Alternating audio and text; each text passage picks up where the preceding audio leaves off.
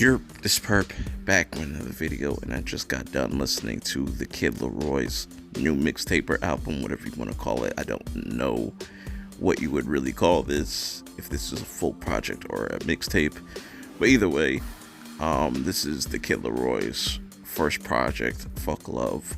I was really anticipating this because all of the music that I've heard from him, I've really been pleased with. I'm surprised that Diva's not on this. He's probably saving that for another album or another project. Who knows? But also definitely check out these two latest videos I dropped about XXL. One being which one is the best class out of the XXL freshman list so far, and also check out my other video on my predictions on this year's XXL freshman list. So with all that being said, let's get right into this review.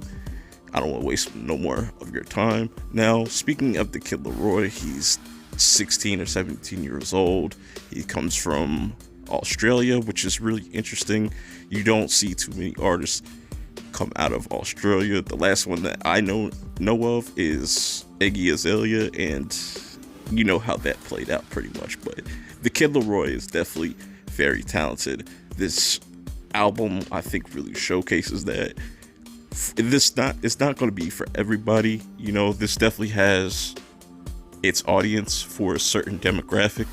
It's definitely for the young teens. You know, it's definitely marketed towards that.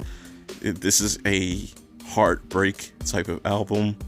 You know, and for him to be this young, you know, you understand that he has a lot to learn still from just life and just different life experiences. And, you know, there's skits throughout this too, which are pretty interesting. They're not too long. Some skits are very short, like under 20 seconds.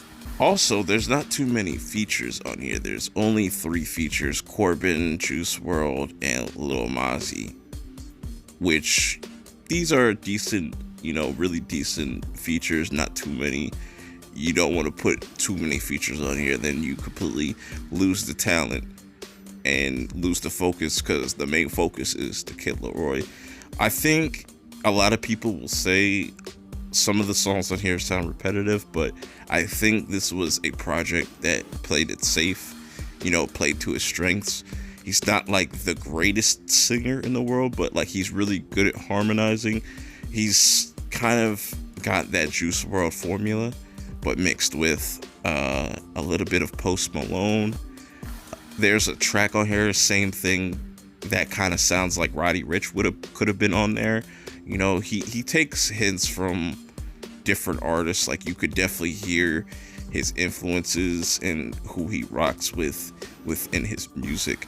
But for this to be 15 tracks, if you take out the skits, it's about like probably 12. It's really solid. You know, no song really drags on.